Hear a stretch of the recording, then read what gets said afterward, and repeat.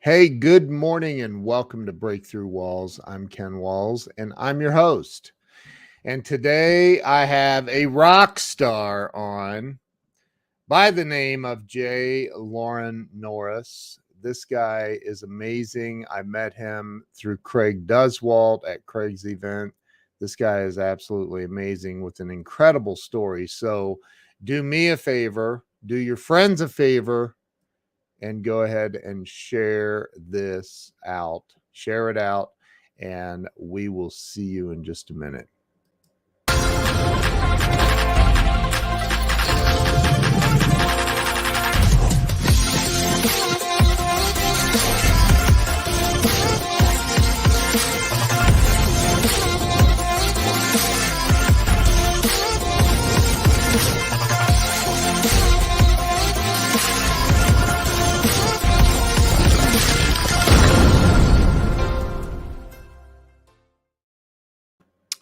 And we're back. Let me bring Loren on.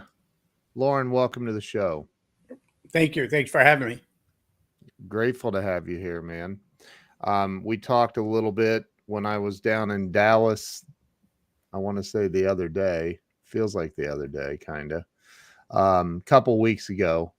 But you do a lot of audio video stuff and all kinds of cool. And I'm a tech geek, so I think we might have fun today. But so I've done 400 and some of these interviews, and I originally started this because I felt stuck in life. And I thought, you know what, if I hear enough people talk about how they got unstuck, it'll help me. So and it has. So let's start with you talking about where it all began for you. Where were you born and raised? I was born and raised in Central Texas in a little town called Lampasas. Small town. People used to joke that, there's about 5,000 of us there and 3,000 of those are cows. Oh, jeez. So real small town, 5,000. That's small. Yeah, I think we had less than 200 in my graduating class. Wow. So what was it in Central Texas? I mean, what was it like for you growing up in Central Texas? Were you on a farm or? No, we might as well have been. Actually, we moved back to Central Texas after my stepdad died when I was about 9 years old. And my mom never remarried. So I was raised the only son of a single mom in a small town in the middle of nowhere. By the time I was 13 years old, I had my own keys to the house, my own keys to the van, and a part-time job after school. So I kind of came and went as I pleased. I did what I wanted to. She worked some 24-hour shifts, sometimes 3-4 days in a row. So she'd leave for work on Monday morning and not be home until Thursday night. And it was in the same town, but when you're 13 years old, and I had an older sister and a younger sister, I would often find myself out at 8, 9, 10 o'clock at night on a school night, hiding out in the bushes and scaring the cars as they drove by with my friends. That was the kind of excitement we found in that small town. Yeah. So you went to high school and everything there. Yep, graduated from high school there in 87. Okay. All right. So you're a year younger than me. Just figured that out. So did you go to college after that, or I started to. I left. I actually had scholarship offers for music, for physics, and for speech to go to University of North Texas. And I turned those scholarships down because I had a girlfriend at the time. And I thought, my world revolves around her. I've been with her since my sophomore year, beginning of my junior year. I don't want anything to come between us. So I picked a school closer to home. And I went to school in Austin instead of Denton because it was an hour away instead of 3.5. Right. And so I went to school for electronics engineering at ITT and got a full year under my belt. Called her one day to say, hey, I'm coming home for my summer break. I'll be, I can pick you up by the time school is out. I've just got to do a final exam in the morning. And her reply to me was, who is this? And I'm like, what? After a year and 11 months, you don't recognize my voice on the phone? And that was when I realized that was over. And I became an emotional basket case, failed my test the next day, quit school, joined the Air Force. So I never even finished my electronics engineering school. I got a whole lot of it under my belt, but then joined the Air Force and became a firefighter instead. So you, and it looks like my internet is acting crazy. Can you hear me okay? I do. Yep. Okay. I'm getting a weak signal thing. So at that point you joined the Air Force like the next day, or was it like It was within a matter of months. I mean, that would have happened the end of May, and I was on active duty by September 30th. So, there was a little, I think it was a 90-day delayed entry program. And, but I joined, signed up, signed the papers with the recruiter to go within 30 days of that breakup. wow. So where did you go to boot camp then? Where'd you end up heading Oh, off the, to? the notorious Lackland Air Force Base, San Antonio. Oh, okay. So Yeah. you In still were September, in still summer. Texas. Yep. Yep. Wow. And it's nice and cool there in the summer. So Yeah, it was still in the 90s at 10 o'clock at night on September the 30th when I started going. When I went into basic training, we were still sleeping with the windows open in the dorm room. oh my gosh. No AC. No, not in basic training. They couldn't get away with that now. No, you couldn't get away with that now. No. Yeah. They wouldn't So get away with a lot of the stuff like kicking trash cans and throwing things across the room and turning beds over with people in them. And that was the yeah, norm when I was in basic. yeah. I remember my brother was in the Navy and he's like, dude, they talked about mom in really bad ways. Yeah. I'm like, wow. So well, thank you for your service. Yes, sir. But so you joined the Air Force, you went to San Antonio for basic. Where did things go from there for you? How long were you in the Air Force? Well, I went in September of '88, and they sent me from Lackland after I finished my basic training to Chanute, Illinois, Champaign, Illinois, and Okay. I did my fire academy training there. And first time I charged a hand line, I was on ice, probably 2.5 inches thick. It pushed me back about 50 feet before I was able to get traction, and I was laying. I went from a kneeling position to a prone position, laying on my face, trying to hold that hose down, and just couldn't do it. Pushed me Wow. straight back. And then, the first fire I ever fought was on ice, and we spent several weeks there in training. And then I went from there to what used to be called Reese Air Force Base or Reese Airplane Patch out in the middle of Lubbock, Texas, in the middle of nowhere where Texas Tech is. It's now a UN base, if I'm not mistaken. Wow. So the Air Force fights fires? Well, the Air Force has its own fire department to protect the base, and because there's so many things on the base that you wouldn't want a volunteer fire department or a civilian fire department seeing some of the things that we have to guard, to put out, and et cetera, et cetera. And part of that included in my assignment, I spent some time as a 911 operator. Of course, everybody that comes in goes straight into structural. And so house fires and car fires and stuff, but I spent most of my time in crash rescue, meaning I had to learn the ins and the outs of the various types of airplanes we supported, how to get the hatches open, how to get in and out, how to get the pilots out. We have some aircraft that the only way to approach the cockpit is to climb on top of the aircraft and come in through the roof. Some of them, you go in a standard cargo door like you would if you're getting on a major airliner. And so knowing which ones of those is which and how to get in and out and where to safe the weapons and what other hazards you might face, whether it's hot breaks or detonated missiles or cannons, all of those are the fodder, if you will, of the training of the firefighter when you're in the Air Force. Wow. That's intense. So you're dealing with missiles and bombs and all kinds of stuff. Potentially any one of those. Yeah. And of course, everything that's on that aircraft when it's engaged in war. And I served during Desert Shield and Desert Storm. I was in Honduras when it started and in England when it ended. And so that process of, obviously you can't load an aircraft unless there's someplace to store that ammunition, those missiles, et cetera, et cetera. And that's generally on base somewhere, which means you've got a structure that looks like a structure, but acts like a very large bomb or lots of them. Wow. So you said you just quickly went by. Did you end up in Desert Storm or any of the? Well, during Desert Shield, I was in Honduras when it all started. I was training the local firefighters for the Honduran army. And then we had orders to leave there and go to England. So I went to Lakenheath Air Force Base in England.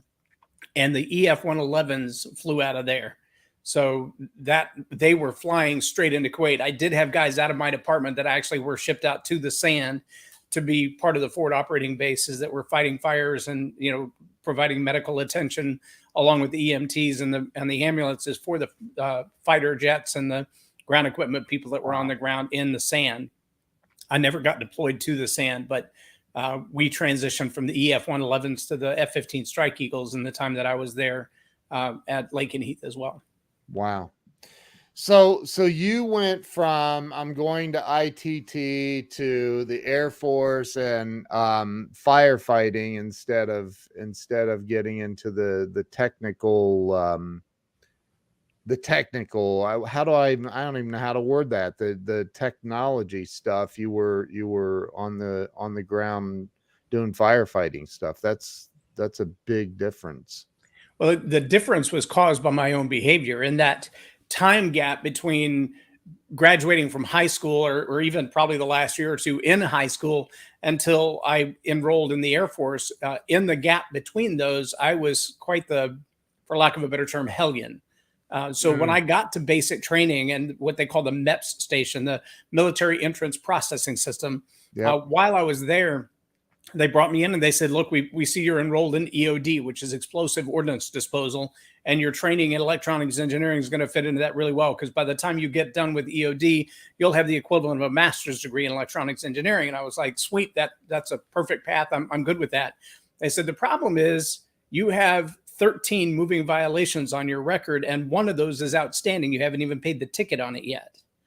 Wow. And I said, okay. They said, well, that means you cannot have a top secret security clearance. You apparently have a problem with the law. But you can have a secret security clearance, and with that, you can either be a supply clerk or a firefighter. And I was like, oh, yeah, I'm not spending my life kicking boxes. So I became a firefighter. And then, unfortunately, at one point, I destroyed the cartilage in both knees on a training drill. Ow. And that left me in temporary duty assigned to the supply clerk role for almost a 6 months, 10, while my knees were recovering and I was going through rehab. Wow. So how long were you in the Air Force? 5 years. 5 years. Yeah. So you eventually, and you spent most of that time as a firefighter, is that right? All of that time as a firefighter. That was what the Air Force calls an AFSC, or an assigned service code. Okay. So what's interesting, I used to have a roommate in Seattle that was in the Navy, and he was an underwater firefighter. Right.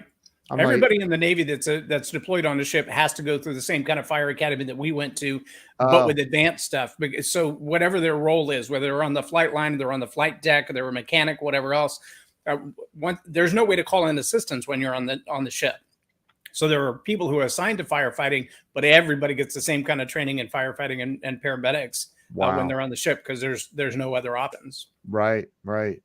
So you get out, you're in for 5 years. And you were in England when you got out, is that right? Or had you come back? I separated from England in February of 93. Okay. So did you stay in England or did you come back home? I came back home almost right away. Yeah. Wow. I don't know who Facebook user is, but they love you. So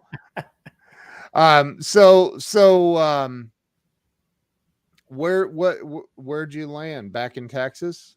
Well, I came back home to my home of record, my mom's hometown of Lampasas, and made my way back there for a short period of time. Then realized there's not much going on in this little town, and I need to get out. My granddad, we kind of found him. I say found him. My mom and dad divorced when I was about 4 or 5 years old, and so my grandparents on that side of the family were not even a part of my life growing up.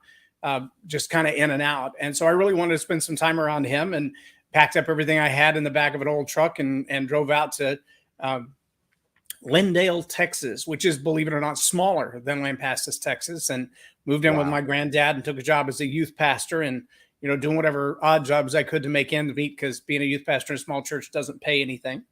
And stayed there for a few months, and then found a real job and moved on from that and went back into sales. So wait a minute.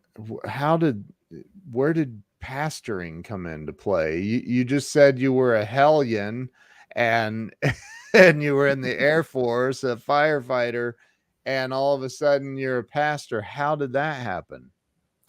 Well, so while I was in the Air Force, I got a chance to really look back at the who that I was, and growing up, like I said, I had no boundaries. I had one uncle who was in and out of jail. I had another uncle who was very violent, just kind of, I mean, he was as old country as it gets, still to this day uses racial slurs, and, don't cross him because he'll beat you up because you have a face on your head, kind of a guy. He's probably a little more mellow in his old age, but as long as I've known him and as much as my kids have been around him, that's been the case. So those were my two male role models in my life. Yeah. By the time I got the basic training, I remember telling a guy, never forget him, Charles Givens, 6'5", African-American guy at my first duty assignment. He would say, I thought you were a Christian because it says on my dog tag that I'm a Christian. And he said, Christians don't talk like that. And I had a really bad mouth. And I walked through one day and he was sitting in the break room and just reading something. And he said, why do you always talk like that? But you tell me you're a Christian. I said, you show me one place in the Bible that says thou shalt not cuss and I'll quit. He was the wrong guy to challenge with that. He knew the word like nobody's business. And he said, well, how about this one? And how about this one? And how about this one? And how about this one? And he just went down a litany and basically schooled me over the next year and a half that I was at that base. So I turned around and redirected my faith based on an event that happened in basic training as well, where I felt like, like I said, it was 90 degrees. The windows are open. There's no air conditioning. And the day that I got made dorm chief in basic training, everybody in the room was just having a hard time. Everybody was fighting with each other. But guys were crying themselves to sleep at night. Day 10, you're just kind of in that transition, still trying to figure out what happened to your life. They've cut your hair off. You've lost your identity. You've been beaten down, over and over. And they made me dorm chief. And that night I was trying to write a poem to my girlfriend and wouldn't answer. It wouldn't come out to I was trying to write a letter. And it kept turning into a poem. And I finally just got mad and gave up. Well, that same day they made me dorm chief, we had been given liberty to call home. And that's why everybody was an emotional basket case. When I tried to call home, of course, you got to call collect. And my girlfriend's grandmother wouldn't take the call and hung up on me. I called back again. She said she doesn't ever want to talk to you again and hung up on me again.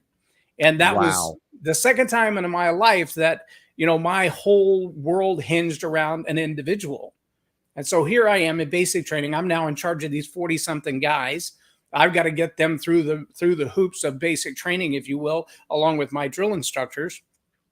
And I'm a basket case. And so this letter was trying to say to her, hey, I need you to be there. I don't need somebody who's going to turn their back on me. Yeah. And as I'm writing this letter that keeps turning to a poem, I realized the last 3 lines basically said the same thing. And one of those lines said, I never turned my back on you. And I had this epiphany of Jesus leaning against the door. He said, I never turned my back on you. You turned your back on me. Wow. And so that began a new journey in my life. Of course, I grew up in a church in Central Texas. Everybody's a Baptist because, your parents are, because your family is, because that's the way it works on the Bible Belt. Yeah. And so I never studied the Bible per se, other than memorizing drills to win the cookie at the vacation Bible school. But never really put anything into it until I got to my first base. And when Charles Givens said, you think you know, but you don't know what you're talking about. Right. And that's when serious study began on my part. So over the next 4 or 5 years, I had a whole lot of research, a whole lot of time to read and study, a whole lot of time in the 911 operating center, being the only person in the room with me and my Bible for, 12-hour shifts overnight. I did a lot of reading. A lot of reading. Do you know Jay Fox? He lives down there in Dallas. He just came up with a Jay Fox. God.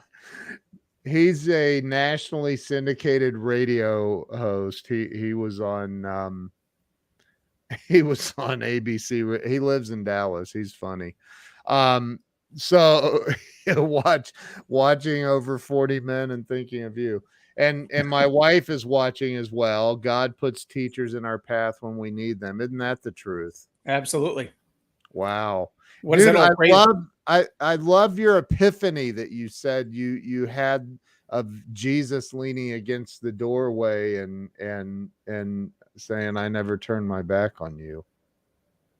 Yeah, it was a real journey because, you know, like I said, no male role models in my life. Nobody with the strength of character and the um, ability to articulate, to say you're wrong and you need to change this. You know, Mm, I was molested at 9 years old, mm, and that led me down a path that eventually became identified as a 25-year sexual addiction.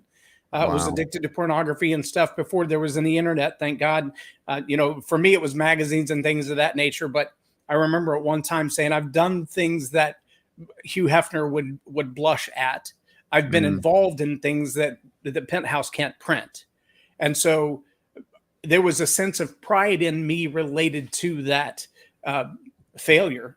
mm. But 25 years later, I was able to break that addiction. Unfortunately, there was a huge overlap of that. Right after I got out of the Air Force in February of 93, had a couple more uh, errant relationships. But then in September of 93, I met the woman who is now my wife 28 years later. And the Wow. first 10 years of our marriage, 4 kids, 13 moves, 9 jobs, and 10 years of that, I was still addicted to porn. Wow. Hey, Drew Black asked a question on YouTube, dying to Sure. know what those scriptures are, please. The most important one is in James when he says, "Let no filthy communication come from your mouth." Philippians 4 that says, "Think on these things which are true and holy and pure and just." Uh, so really, it doesn't go back as much to "Thou shalt not cuss," because you know Yeah. that specific phraseology would be more of an English present. But it does say, you know, from your mouth comes both blessings and cursings, both life and death. You have the option to speak life or speak death. That's in Yeah. Deuteronomy and Leviticus chapter 38, speaking life and death and the death to multiple generations.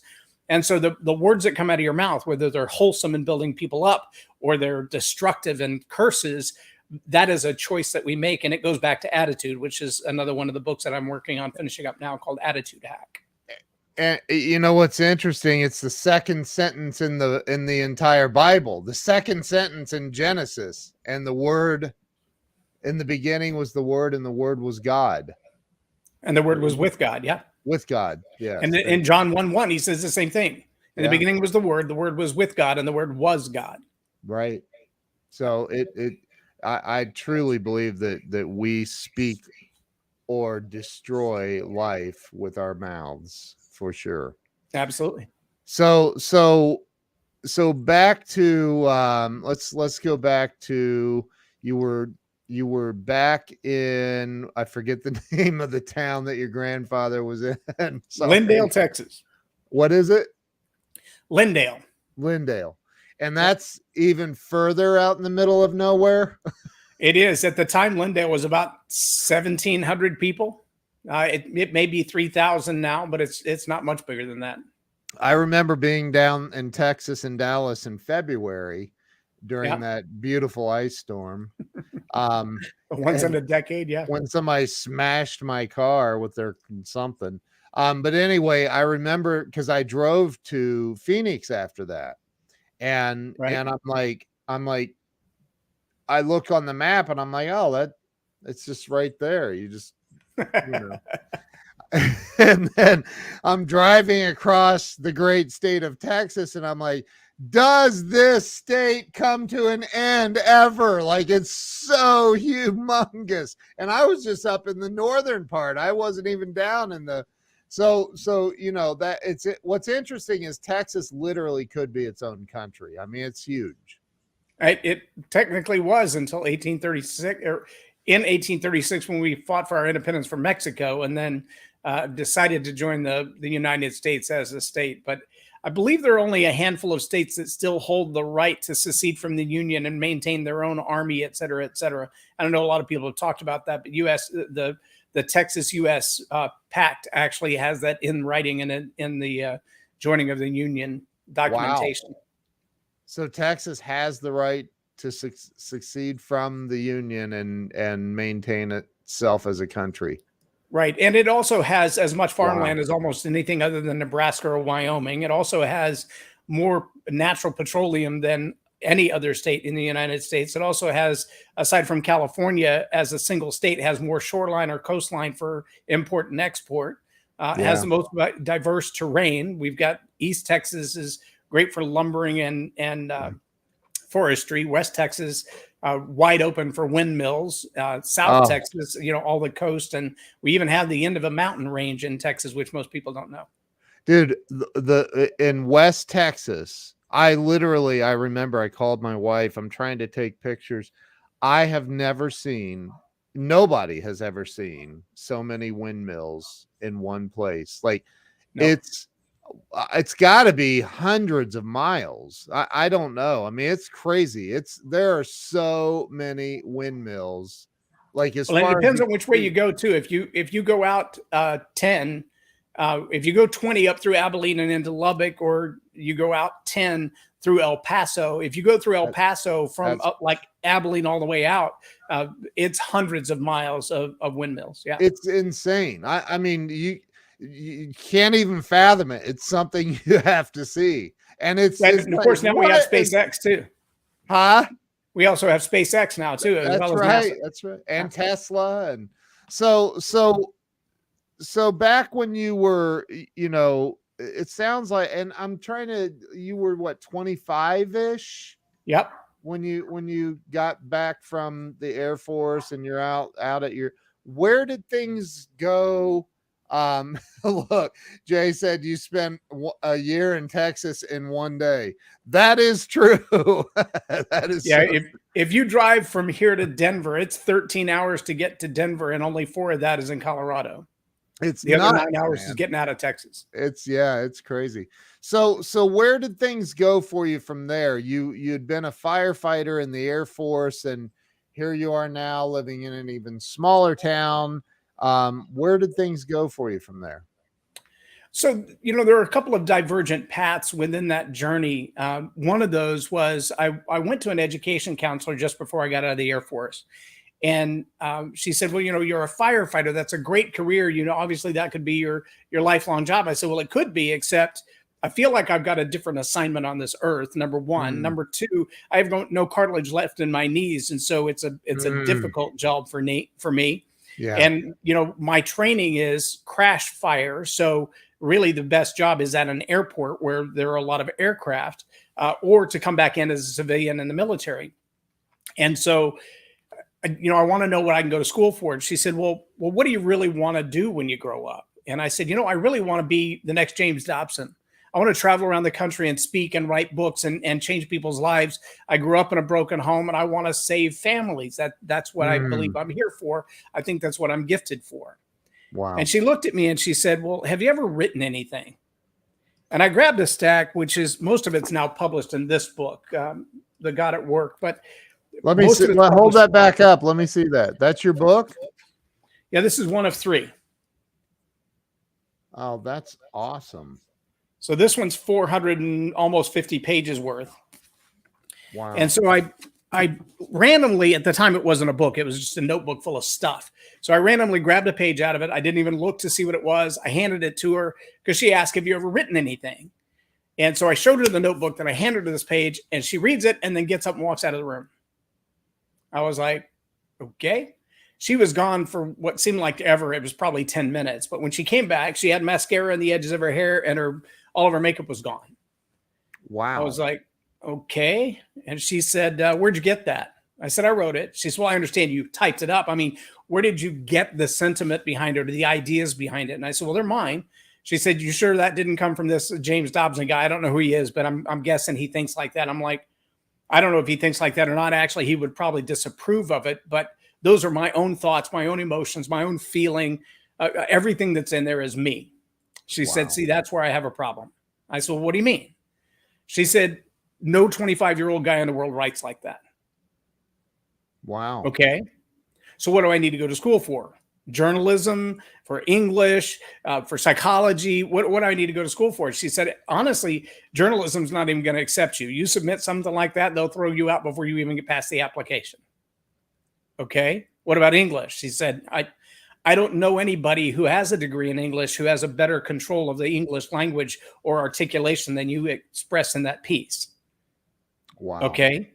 So what do I do then? She said, honestly, if I just read that piece somewhere and you were asking me to identify the person out of a crowd who wrote it, I'd be looking for a woman with a very experienced face, or a man maybe who's got gray hair and he's bald. Maybe he's been a pastor for a few decades, or a psychotherapist or somebody like that. I now picture Jordan Peterson when I think of that definition. And I said, okay, so what do I do? She said, you're just going to have to continue being you, doing whatever you can to get by. But nobody's going to believe a 25-year-old wrote that, especially a 25-year-old male who's never been married and never had kids. And you're 25. Yep. Wow. So the piece was about abortion. And the piece was, I am both pro-choice and pro-life. And then it laid out my causes for that. And it wrecked her. And she said, journalism's not going to accept you. Your theology and psychology, you're light years ahead of where you should be at your age. And I don't think it's going to be a good fit. So I went to school for nothing. I completely wasted my GI Bill. I never went back to college. I got out, had a couple of, side jobs, selling, et cetera, et cetera. Took that job as a youth pastor, but my past caught up with me. There was a young lady she was in a lot of trouble emotionally. Her parents worked at the church, they were on staff, but not as pastoral staff. They were administrative staff. And they're like, hey, our daughter's in real trouble. She's been living in Dallas with this crazy guy, just take her under your wing. And she and I became an item, and that got carried away. And so I resigned from the position. She packed up and went back to Dallas and had several kids with him. And then last I heard was not married to him anymore, but had a fistful of kids from that relationship. Wow. And I went down the path of, obviously I'm not worthy to be a pastor, and kind of stepped out of that role and never really went back to it per se. But I kept teaching and kept writing and kept speaking and kept selling. And then met my wife in September of the same year of 93.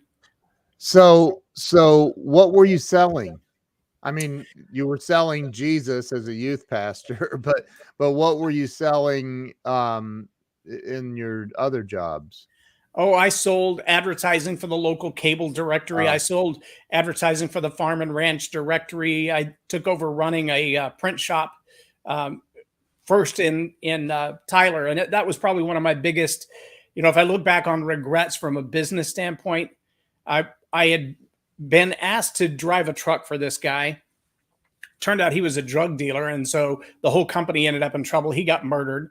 And I lost the job driving the truck, went back to my singles pastor. I'm like, hey, I need another job. And he's like, I just happen to know this guy who's running a restaurant. He needs a manager. Have you ever managed a restaurant? I'm like, no, but I'm a smart guy. I can figure it out.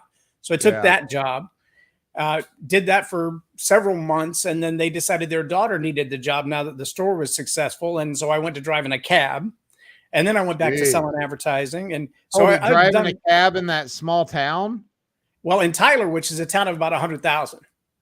They have cabs for 100,000 people. Yes. Wow. There were 7 of us. 7 cabs. 2 companies, 7 cabs. Yeah. Jeez. For 100,000 people? For 100,000 people. Well, remember, Tyler is like the rest of Texas. When you say I need to go across town, that's a 45-minute trip. There's nothing between here and there, but it's all the way over yonder. Over yonder. That's actually part of the when somebody's giving directions in Texas, yonder is always included. I had a friend that had moved here from South Dakota. He and I worked together at Verizon, and I told him he wanted to have a booth at Canton First Monday, which is kind of part of that Tyler, East Texas, conglomerate of cities. And he said, there's 200,000 people that come. I want to have a booth out there. I want to sell my stuff. And I said, well, here's what I bet's going to happen. And I told him this while we're driving down there in his little silver Infinity. And I said, here's what's going to happen. You're going to pull up there, and some old dude with 3 teeth is going to look at you and go, well, you can go right down here past that creek. When you go over the creek, you're going to go up the hill and you're going to see a tree. Well, it's not a tree anymore. It's just a stump. Take a left at that there stump and go down about a little piece. And on the other side of that little piece, you're going to come across cattle guard. Across that cattle guard, you're going to find your parking place. And then you walk back about halfway, and that's where you're going to sell. And he looked at me and he's like, there is nobody on this planet that talks like that. Yeah. And I swear to you, it was like I had already been there. We pulled up. He rolls down the window. This old guy in overalls with long hair and a beat up old cowboy hat on leans in the window and goes, "Where y'all from, boy?" Yeah. And he had 3 teeth.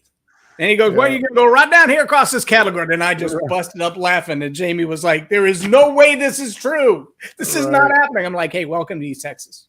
That sounds like when I lived in West Virginia. It's kind of They are not dissimilar. Yeah. I've been in both places. They are not dissimilar. Yeah. So you met your wife that year. Yes. So you were 25. Yep. Or 25, 26, somewhere in there. Met your wife. You got married soon after, or how long did y'all date? We met on September. You got me saying y'all. We met on September the 3rd in a church visitation team. There was a singles group that I was hanging out with a girl by the name of Betty Gerhart. And Betty and I were part of the visitation team for singles that would come to Rose Heights Church of God there in Tyler. And we would go out and welcome them to come back. And so we showed up at this house of a lady who had visited the church. She opens the door. The porch light is out. The living room light is on. And she is in a white pantsuit. And I can see right through it. And I don't know if I was in love or not, but I was in heat. But she was gorgeous. And the only thing I could see was her bright blue eyes. And I was like, oh, my gosh. So we walked in the door. We sit down. Betty's sitting on the couch. I'm sitting in this chair that's so worn out. My arms are up past my ears.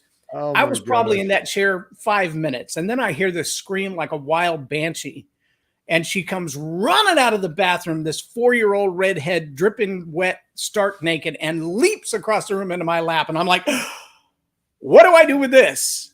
Oh, my Lord. Now that girl's 30 years old. She's an RN in Little Rock. And when we laugh back about that moment, my wife says, regardless of everything else that was wrong with you, when I knew that my daughter accepted you, you had passed all the hurdles I needed to worry about. The rest of it, I had to work on myself. Wow. And so even with all of the challenges, that was kind of what cemented it. When she showed up at church the next Sunday, another visitation team met her the next Wednesday. Then we had her back on Sunday. And by Christmas Eve, I had proposed to her, and we were agreed to be married September the 3rd of the following year. Wow. So, where did you guys end up living? Where did you go from there? Because you sounds like you moved a lot. Well, we did, like I said, and 13 jobs, 9 moves, and 4 children in the first 10 years of our marriage. Wow. And so, we were married when I moved from the truck driving job to the cab job to the restaurant. And then I was selling advertising for the local cable place. And I walked into this place of business in Tyler called Postal Plus. And the guy said, yeah, hold on. I want to talk to you. Let me finish this phone call. And I overhear him talking about a restaurant that he had purchased and was trying to run. Right. And as they're arguing back and forth, him and the guy that he bought it from, he's trying to get his money back. The guy won't give it back. He's telling him, you've got false numbers. You had this and this and this and this. And I recognized the pattern of the numbers, the drive-through numbers versus the delivery numbers versus the in-store numbers. And when he got off the phone, I said, are you talking about XYZ restaurant? And he's like, how could you possibly know that from what I said? And I said, well, I ran it for almost a year. He said, are those numbers accurate? I said, well, they were when I was there, but his daughter took over. I have no idea what she did. He said, right now we can't do $500 for the whole day. That used to be our lunchtime delivery.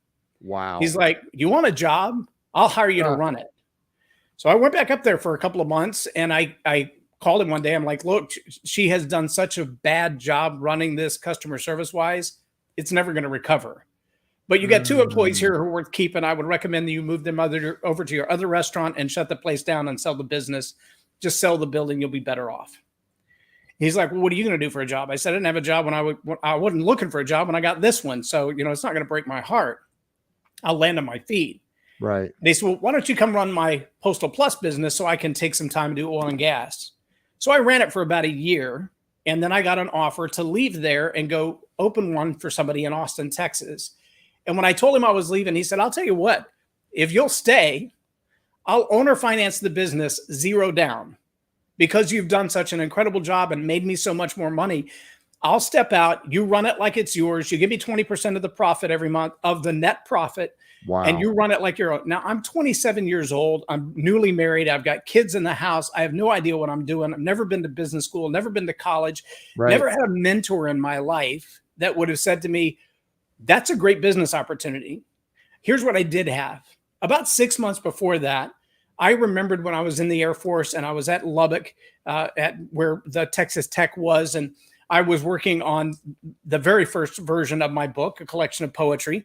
And I would go into the Kinkos there and I would type it up on their computer and I would print it on their computer and then I would duplicate it on their copiers and then I would saddle stitch it myself. And I said, Tyler could use a Kinkos. And I had finally reconnected with my dad to some degree and said, Tyler should have a Kinkos here.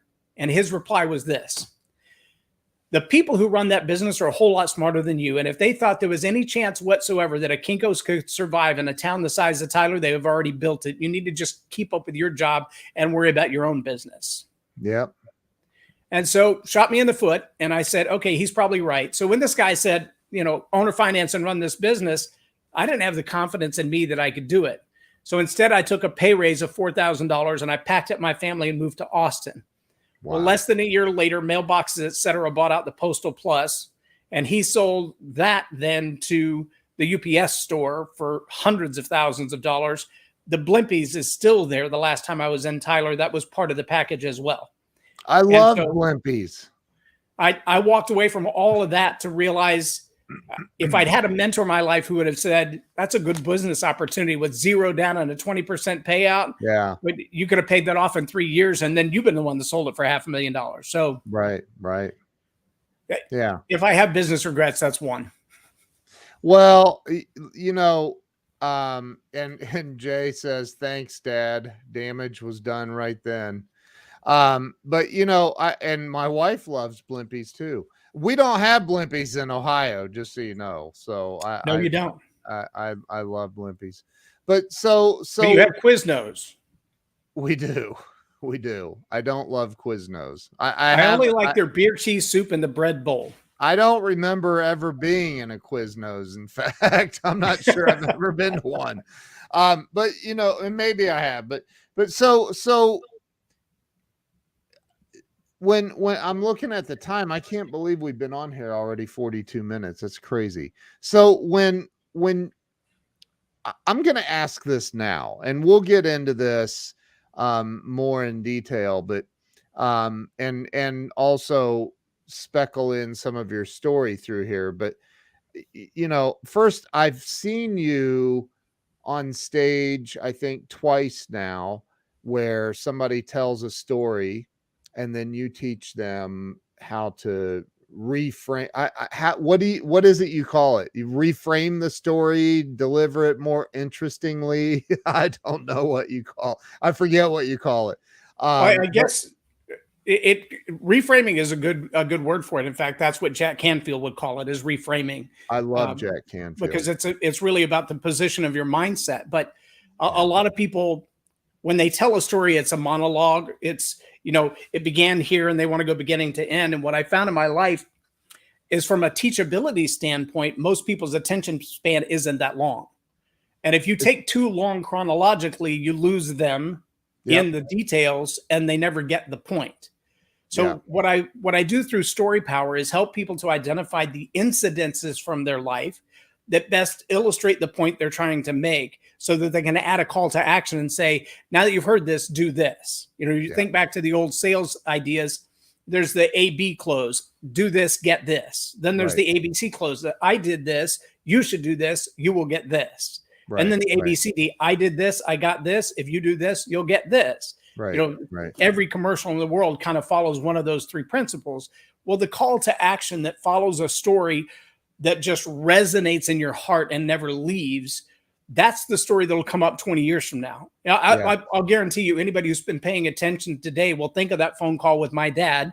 Just like Jay said, if somebody were qualified to do that and that's not you, they would have made a different decision.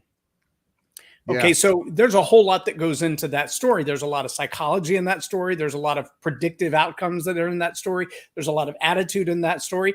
And here we are 25 years later. My relationship with my dad hasn't changed. I've had more conversation with you today, Ken, than I've had with my dad this year. Wow. Just an illustration. Last year in November, I won the President's Lifetime Achievement Award. I only had 2 guest seats besides mine and my wife. So I know that my mom has Alzheimer's. She can't remember my name, so she wouldn't know if she was at that event or not.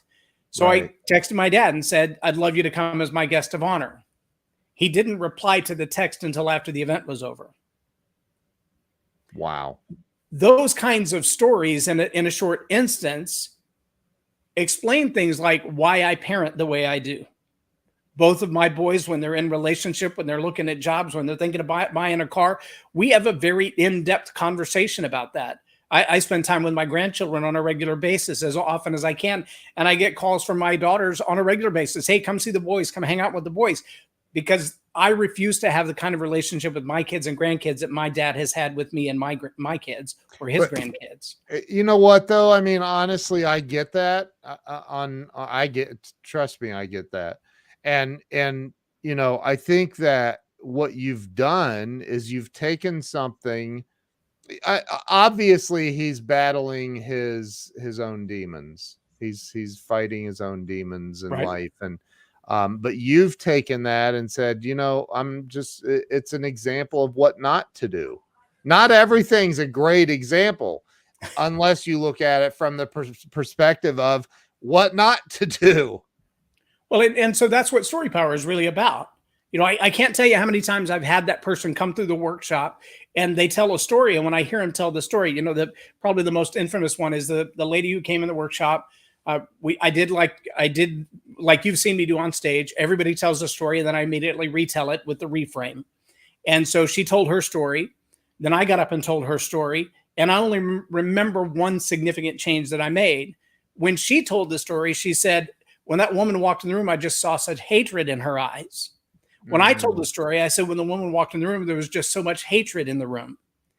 And during the break, she came to me with tears streaming down her face. And she said, I can't believe what you did. I said, what are you talking about? She said, you made that one change in my story. And it made me ask the question, did she really hate me? Because for 39 years, that woman has owned me by hating me so much. And I've done everything I can to try to win her affection back. And now I realize that may not have been her hatred at all. It may have been mine. And now I have control to do something about it. Jack Canfield says E plus R equals O.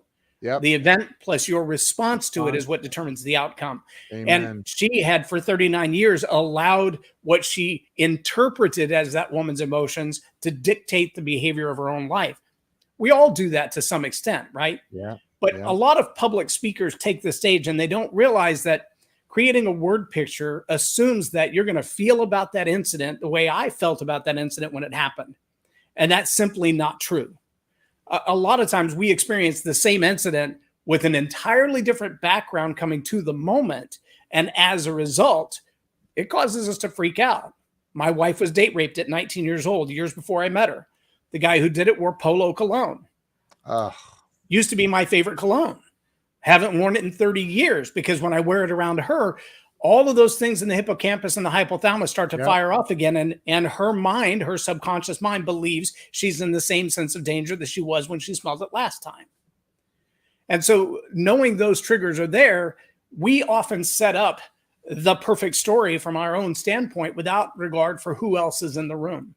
And so in Story Power, that's really what we talk about. It's not just how do you reframe your story, but how do you make what you tell palatable to the people in the audience, not just your story. I've heard people say, well, I'm just being authentic.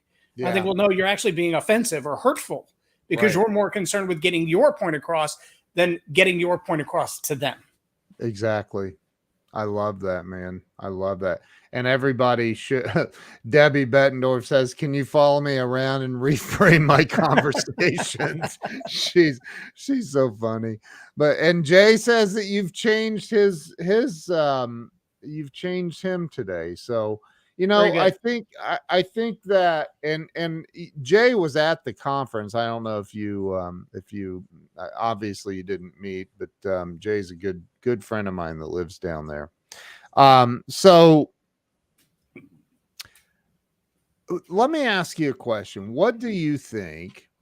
Now, before I ask it, the number one, I ask this on every show, by the way, and the number one answer is fear.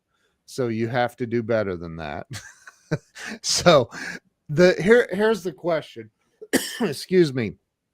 What, in your opinion, what do you think keeps holds people back in life from two things. Number one, real financial success. And listen, I don't care what anybody says. I've been homeless and broke, and I've been wealthy, and homeless and broke sucks. Wealthy is better. So what do you think holds people back from achieving real financial success and freedom and happiness in life? Please don't say fear. Oh, no, I would say it's a misunderstanding of both. You know, when it comes to money, there are a lot of people. I love the way John Maxwell says it, and it's similar to you. He says, I've been broke and I've been rich, and rich is a whole lot better. Yep. It gives you a whole lot more options. Yes. But being in the faith world, I also operate around a lot of people. I was just on the phone with a lady yesterday, and she said, I felt like God told me to give away my house. And she meant literally sign the deed over and yet still pay the mortgage on a house that she's got 25 years worth of equity in. And so she gave it to a ministry and she still pays the mortgage on it. And wow. So that's costing her money, but she's no longer the head of that ministry. So she doesn't have a salary or an income. She said, I've donated my RV to a film set for the next 2 weeks. They're not paying anything. I didn't ask them to. I told them if they felt like they had to pay, to put it into the ministry. There's no income from that. But in her way of looking at life, she said, I'm finally living what I say I believe. I'm living on faith. I believe that God's going to provide a way. And he does. People show up with a $10,000 check with no explanation. There's like, God told me to give you this. And I know it goes to the mission that you're called to. So here it is. Wow. Go do it. Wow. She's perfectly content with that level of faith, knowing that God will provide exactly what she needs at the time that she needs it. Right. I know others who, though, would say that's not good stewardship if you don't have $1 million 401k, sitting behind you so you can retire, or, God forbid, you have some kind of accident or have to go into long-term care. So the position of success and wealth as it relates to a dollar figure is a hard thing to determine. That, I think, is as individual as your spouse. There are people who would say, well, it's got to be 6 figures, it's got to be 8 figures, you got to have real estate, you got to have blah, blah, blah, blah, blah. Right. And then the stock market crashes and everything they had in the bank becomes dust and it's all gone.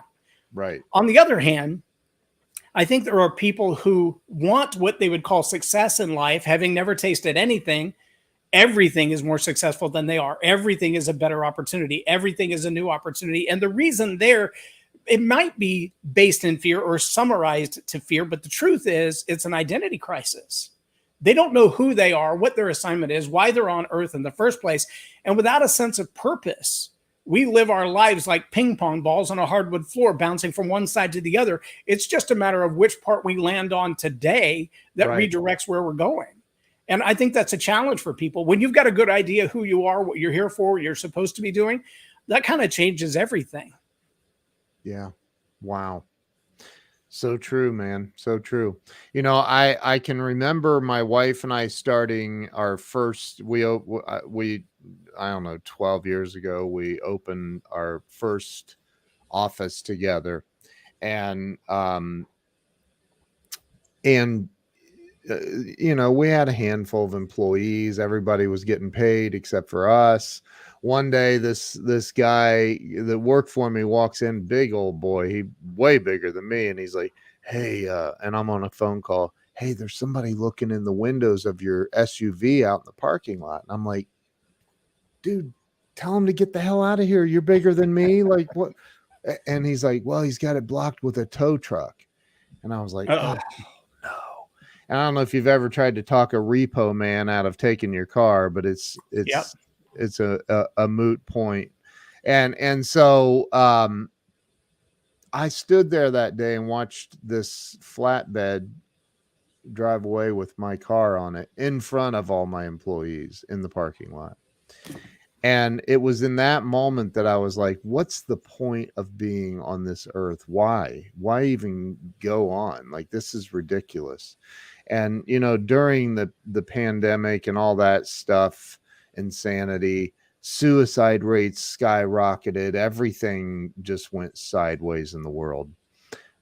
What do you say to somebody that feels like they've tried everything? They've given life everything they have, and they're barely hanging on by a thread. What do you say if they called you and said, I don't know what to do. I'm over all this. What is next? What do you say to them? Well, I'll tell you, ironically, it's at the end of both of my other two books. Oh, wow. Live a More Excellent Life is a study and a journey of mentorship. These are before Story Power was Story Power, these are the 13 lessons I learned in life in a story. And in chapter 13, it says, I want a father like that. And it talks about the father who refused to give up on his kid. I'll tell you that story in a second. The 5 battle strategies of a victorious warrior is the journey that walked me out of a 25-year addiction. And so it took me almost 12 years to write this book after the process of overcoming the addiction. But in the end, it comes to the same conclusion, and that is, it's that identity crisis. You know, many of us, especially men, don't have a solid relationship with our father. And without a solid relationship with our father, we lose the who that I am. My Leading Leaders podcast this morning comes from John Maxwell's book, The Winning with People. And just a very short segment, he says, these are the 5 things that identify who you are, and you will do who you are. Who you are tells you what to do. Most people don't know who they are. They've lost their identity in the crises of life. And because of that, when something goes sideways, I remember standing in the driveway. It was starting to rain, February the 12th of 2012. We were 7 years into a 15-year note on our first dream home that we built. My wife and I had refinanced the home in 2008, fun time of our economy. Yeah. And as a result, Wells Fargo decided to foreclose on our home. And I said, but we've never missed a payment. So we went back and forth with this argument. Well, February the 12th of 2012 was the day that we packed everything we owned. And I watched my wife carry her box of little precious things down the driveway as we spent 2 years homeless, living in somebody else's trailer in the country in Oklahoma. And for the next 2 years of our life, we really evaluated, was it the $90,000 a year job that I had at Verizon that put us in this place? Was that not enough money? We homeschooled our kids. We kept them out of public school so that we could educate them in a way that we felt was right. So we had better control of what was going on in their minds. And was that not enough? Did we not sacrifice enough? Of course, this was also 2 years after I'd given up my job at Verizon to be a John Maxwell coach. And I was figuring out what it meant to leave my DJ business and all that other stuff, and thought completely redirecting just to the public speaking was going to be my future. And it was a very trying time in our life. Suicide has crossed my mind more than once in my life. And when I look back on all of those moments, suicide at its pinnacle in my life was the last female I was with before I met my wife, almost 90 days before I met my wife. And when that day was over, I remember writing and leaving a note for my roommate. And the note said this: how many times can a runner run in a race before the race is just over? And I picture the 92 Olympics when the runner was leading the pack, and on turn 3, he pulled a hamstring and he limped to turn 4. And by the time he got to the final straightaway, he was dragging himself on the track. The rest of the pack left him. They crossed the finish line. They were about to call it, and he's still in his lane, still on the track, trying to drag himself to the finish line, when an old man comes out of the stands and grabs him on his shoulder and walks him across the finish lines. He finished way, way back, but he finished. As the story comes out later, turns out the old man who came out of the stands picked him up on the track and walked him in his lane across the finish line. That was his dad. Wow. He would have won the Olympics hand down if he had not pulled a hamstring. Wow. But somebody never giving up on him was the case. Well, I sat there on the swing that day, literally contemplating, how can I end my life and still leave my mom the car and my life insurance? And as I sat there, I had an old book in my hand called the Screw Tape Letters. And I randomly turned to a page, it says swing in Tyler, Texas, just before I met my wife. I'm looking at this page and I keep rereading it because my emotions are just a mess. And as I'm rereading it, it says the conversation between Uncle and Wormwood. He says, I got him this time. He's down. He's done. He has failed. He will never get up again. He is finished. And the uncle says to the young demon, you may think you've got him down, but you've discounted the presence of his father. See, his father never looks at him and says, I can't believe you failed. I can't believe you fell. No, his father looks at him like the father of a toddler looks at his toddler and says, if you hadn't tried to walk, you couldn't have fallen. I'm proud of you that you tried to walk in the first place. Those words saved my life. And Wow. when I encounter people today who are struggling, whether it's I've lost everything financially, I've lost everything emotionally, I've lost everything relationally, I don't know how to move forward, I always push them back to that question to go, well, why were you here to begin with? Does your father still love you? And that may not be your earthly father, that may be your heavenly father. And the answer to that question is yes. That's also an absolutely definitive answer that I don't care how bad you've screwed up. I've screwed up as bad as you can possibly get. The only thing I haven't done is murder somebody. In that context, though, to hate somebody is to murder them, according to Jesus. So I guess I've done it all. And yet I still know without a shadow of a doubt, through my addiction, through the violent yelling at my wife, through the physical altercations that I've had with my kids, God the Father still loves me no matter what. And he doesn't care about my bank account. He doesn't care about my number of friends on Facebook. He cares about me personally and individually. And that's true of Ken Walls, and it's true of everybody else that I've ever met. I've never met a human that God didn't die for. Wow. That's worth living for. I heard a mic drop or something a second ago. It was a little early. It was a book. It was a book. but Yeah, can you drop it being in the again? AV world, I'm not a mic drop guy. I know. Oh my gosh, man, that was so powerful. I mean, that was so powerful. I honestly, that right there, that last 60 seconds of what you just said is powerful. It's so powerful. I and you're so good at telling the story. Like I had the visual of the old man coming out to the track, and Jay Fox said, "Don't drop the mic." Being from the radio world, man, Loren, that is so powerful. Where, excuse me, where can everybody follow you? What's your website? J Loren Norris is the main web page. From there, you can go to resources and find all the books and videos and podcasts and classes and all that kind of stuff on the resources tab. So it's just www.jlorennorris, you said? Yes. Sorry, I was coughing. .com. Yeah. Whoops. I'm going to scroll that across the bottom of the page. Is there a place on social media that you're most active that people can follow you as well? Oh, my Facebook profile. I think I'm at my friends limit, if there is such a thing, but I've got another page for the Leading Leaders podcast, has its own Facebook page. That's just every day I do a 5 to 15 minute leadership teaching. It's just solo. We don't do a lot of interviews or anything on there. Story Power TV is where we interview people about the stories that are going on in their life. And so that's storypower.tv, but it's also on Facebook as Story Power TV. And then Transforming Grace TV are the interviews that my wife and I do right here in this studio. We bring couples in who have seen the impact of addiction in their marriage relationship and the devastation that it's done. And we kind of coach them through or talk them through that process and share their story along the way as well. I'm look, Jay, where can we meet? I want more. You'll love Jay. He's such I love to eat. You can buy me lunch anytime. He's awesome. You'll love him. So before we go, I normally, like, it's an hour long, and we're an hour and 3 minutes in, but I want to ask, because I love John Maxwell, and you're John Maxwell coach.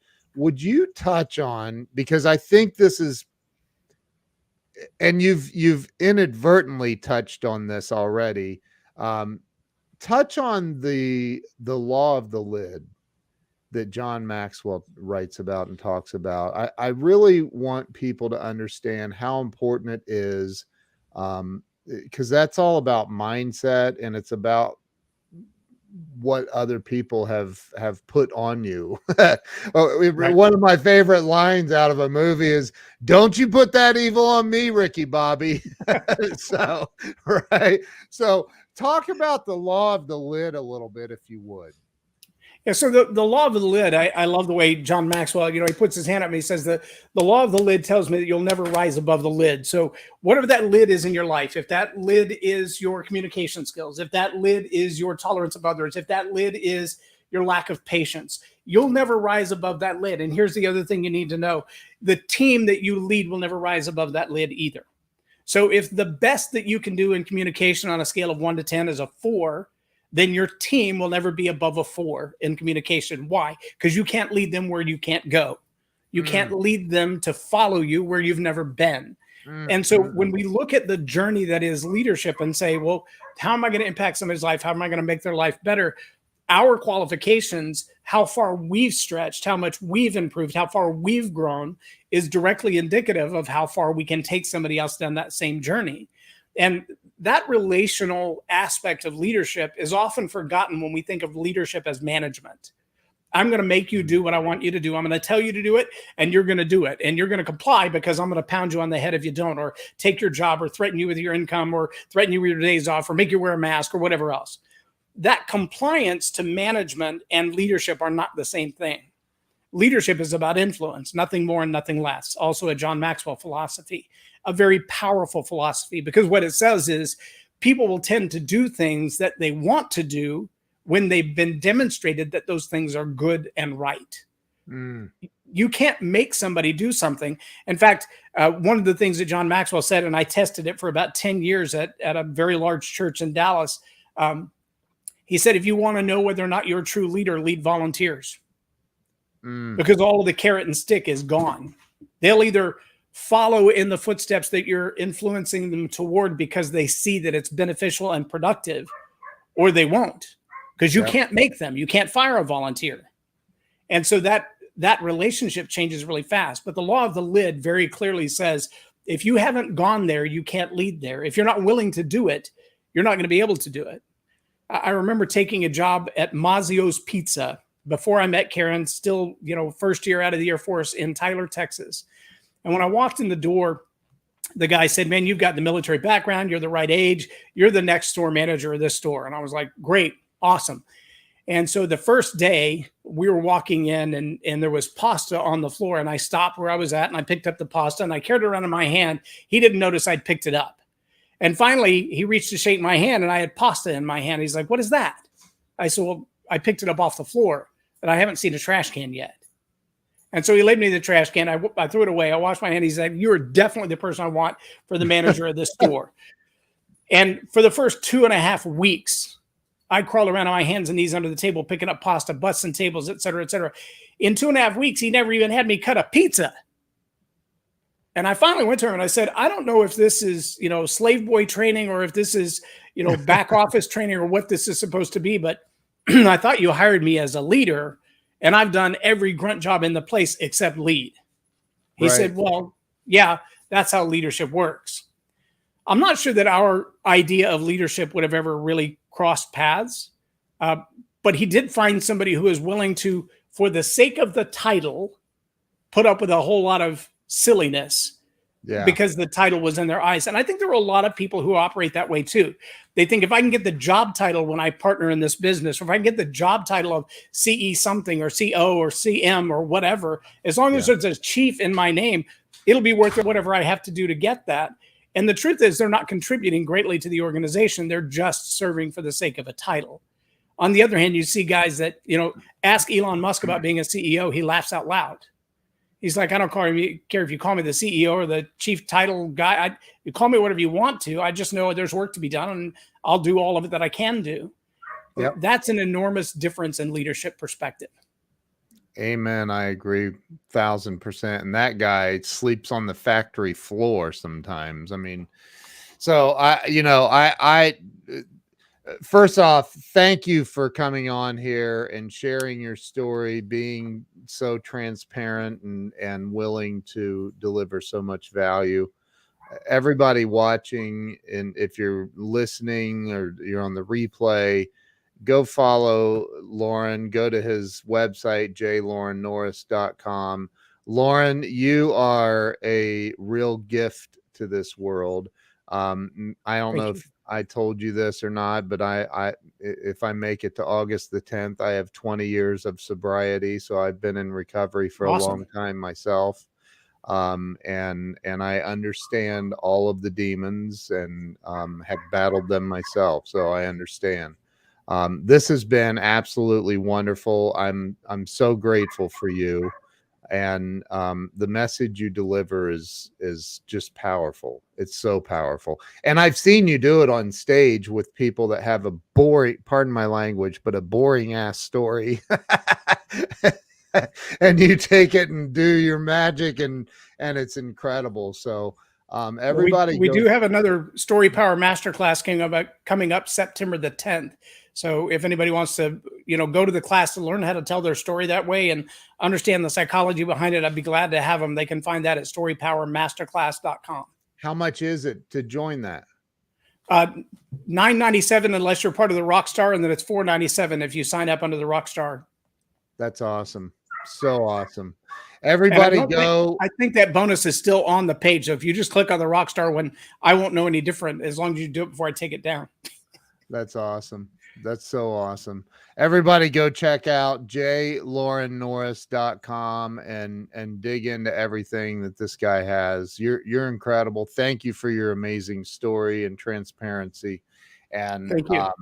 Everybody, make sure you follow him everywhere too. So Loren, thank you so much. Thank you, I'm going to end the live stream, but hang on for me so we can finish up. But everybody have an awesome day. Go follow Loren, go to the website, and we'll see you all tomorrow. Thanks so much, Loren. Thanks, folks. Thanks for sharing.